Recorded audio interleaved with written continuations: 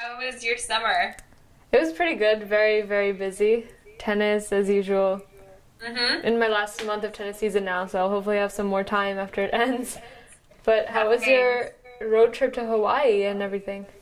It was really crazy. I'm Susanna Olson. I am a homeschooler from North Carolina, and I'm the middle child in a family with 7 children. Thank you for the food, Lord. Thank you for the food, Lord. I'm a Christian, and basically that just means I love the Lord Jesus. I've been homeschooled my whole life, but I've really, really enjoyed it. It's different, but I feel like I can kind of cater my education to the way I learn. I'm Vidushi Sharma. I live in Secaucus, New Jersey, bordering the Hackensack River. It's the best of both worlds, being 10 minutes away from the city and also living here. And my family is from India. We are all sort of Hindu, Buddhist, but very diverse professions in my family.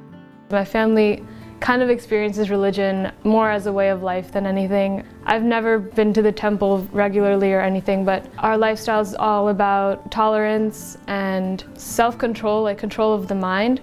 So I find a lot of applications in everyday life, just staying in the present, focusing on your consciousness, and basically the principle of nonviolence.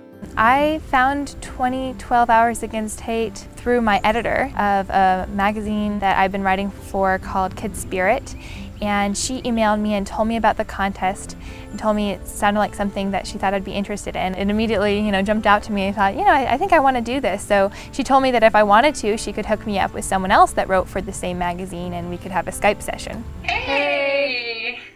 How are you? I'm doing quite well. How are you?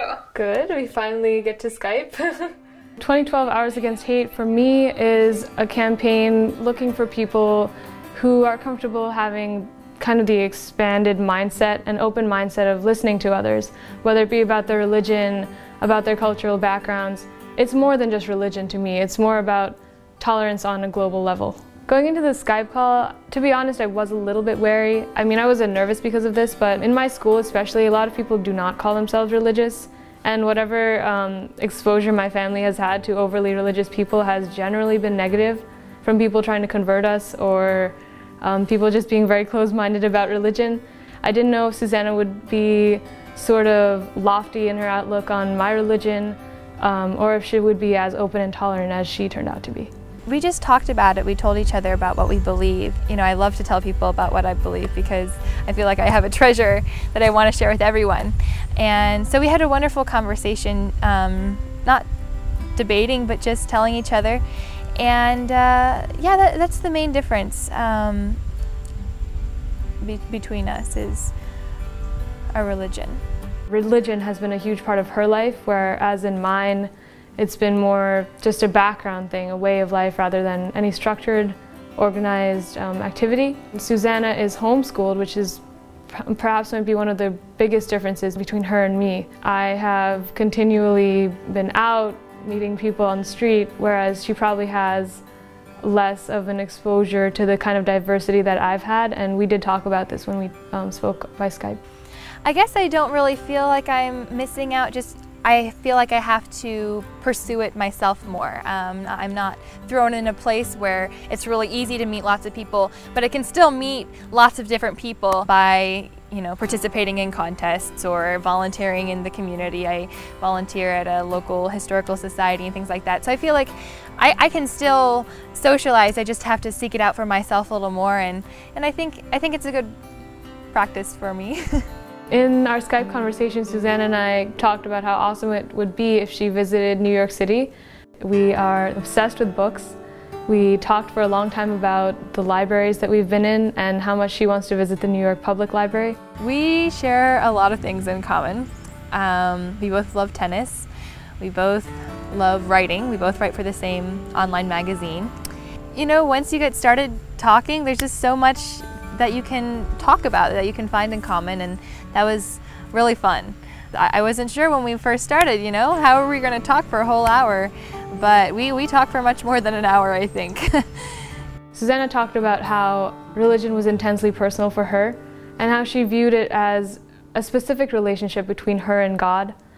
And that sort of got me thinking to how I viewed God and how I viewed religion.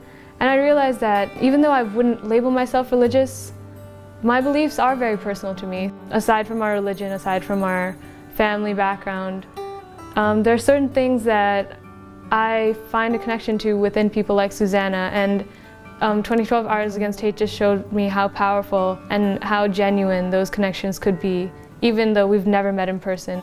I think the Skype conversation has helped me to learn to be open to people that are different from me, to go out there and not be afraid of meeting people that are very different, and knowing that we're all humans. We're all created by the Lord loves each one of us, and so we should be open to each other. And I think a lot of hate comes from misconceptions or from overgeneralizations, stereotyping, that kind of thing. So it's nice to really meet people and to take the time not to judge people. I mean, to be honest, I didn't expect the friendship to last, but Susanna and I have been pretty much emailing, not very regularly because we're both caught up with school and being seniors and whatnot, but we do plan to meet.